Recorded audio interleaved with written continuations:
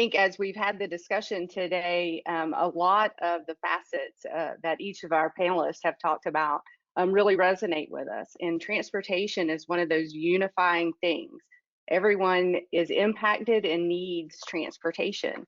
And so in the transportation world, safety is the #1 priority, right? The whole mission of the transportation industry is to move safely people and goods.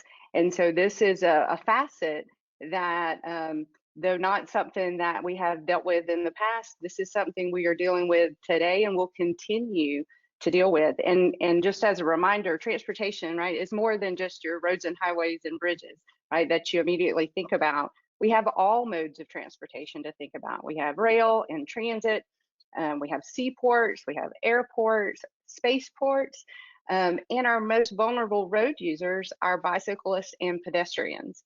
And what it all comes down to is our #1 asset, right? Our people.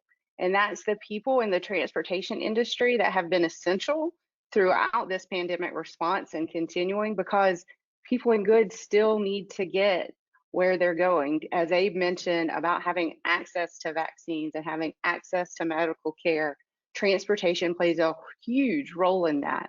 And so that level of taking care of all the folks who use our transportation is really just exemplified during this. So to me, when we talk about the SafeAtWork solution and the contact tracing, all of these are tools in the tool belt for all of us, transportation providers as well, to really ensure the safety of our employees and to the safety of those that we serve. So being able to have that real-time data, as has been talked about, that is actionable, instead of trying to collect all of this on spreadsheets and different things and checking in and all, because you're trying so hard, right, to make sure that your folks are safe so that they can continue providing the transportation infrastructure and services that are needed so that other folks can get to their essential positions and get essential services.